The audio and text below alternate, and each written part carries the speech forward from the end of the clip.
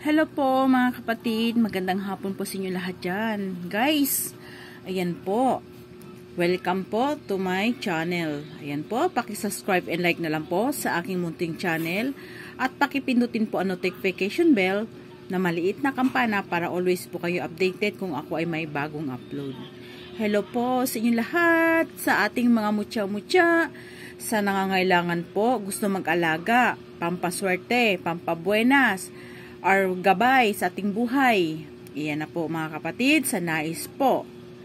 Ito po guys, isang uri ng kahoy na gimbato.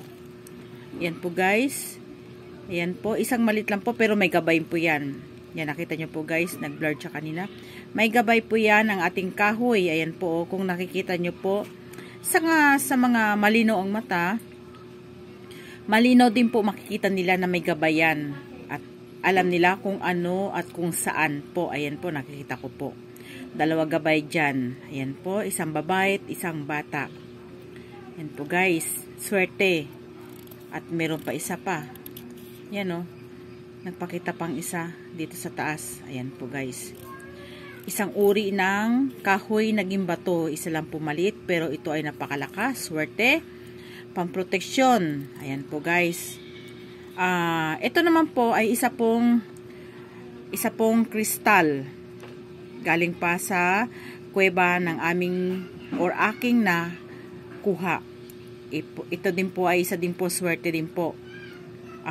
Kumbaga isa pong santong ara na crystallize. Ayan po guys. Previous po na yan. Ito din po ay isa din, maganda din po to pagtatangan or magdadala kasi ito din po ay nagtatanggal ng negative or bad negative sa isang tao, at ito din pwede din po gawin yung tangan, swerte din to, pwede din pang cleansing. Alam niyo po ba ang halaga nito? Malaki din ang benepisyo sa ating pangsarili to. Pwede tayong hugasan mabuti at ibabad nyo sa isang basong tubig at pwede nyong inumin, at pwede din ito ibabad sa isang baldeng tubig at ipaligo nyo po guys. Ayan. At swerte din to, pansilaw sa mga masamang elemento. Yan po, pansilaw sa masamang elemento at pamproteksyon. Yan po guys. Ito naman po ay isang uri ng mutya. Ang mutya na to ay korting puso kung makikita, pero pahaba lang po dito sa kanya. Hugis puso po siya mga kapatid, at yan din po ay may gabay din po. Sa nais po gusto mag-alaga, ito po ay natural po, nakadikit sa kanya.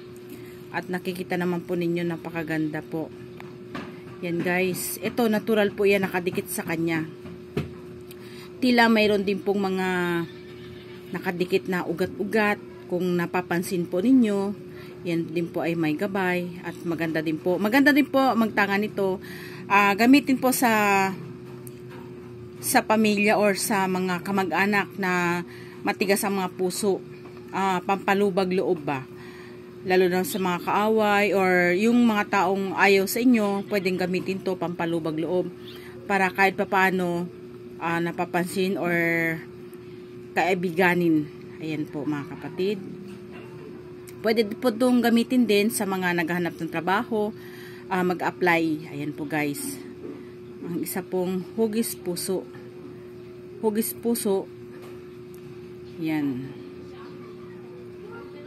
Siya po ay may hugis din ng parang ugat-ugat. Meron din pong maganda din po ang pagkamutya niya. May gabay din po. Ang isang gabay ay napakabait. Maamo. Maamo po. Nagbablurred po siya guys. Ayan o. Maamo ang gabay. Hugis puso din ang gabay niya, mga kapatid din do banda. Yan po. Hugis puso din po ang kanyang mukha. Yan po. Sa nais po, pwede nyo akong i-chat sa aking messenger. Mary Jane Alberto lang po, guys. Sa nais po, may dagdag pa po yan ng bulaklak ng kawayan. Previous po. At dahon ng laurel, pampaswerte, at pwede din kayo magsulat sa dahon ng laurel ng mga wish, tapos sunugin. Pwede din po ninyong mag-wish din po kayo o ilagay na lang sa wallet nyo para manikam po yon, pampakit sa money. Mga kapatid, kung nais po ninyo na bulaklak ng kawayan, pwede po kayo mag-avail sa akin. Marami pa po ako din eh. Pwede kayo mag-chat. Ayan po guys.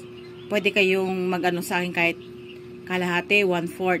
Ayan po. Nag-ano din po ako ng bulaklak ng kawayan. Kinuha pa ng Huwebes Santo, Biyernes Santo po guys. Ayan. Maraming po salamat sa lahat. Palagi po mag-ingat, magdasal. Ingatan po. Para ingatan po tayo ng poong may kapal. Maraming salamat po sa lahat. God bless po.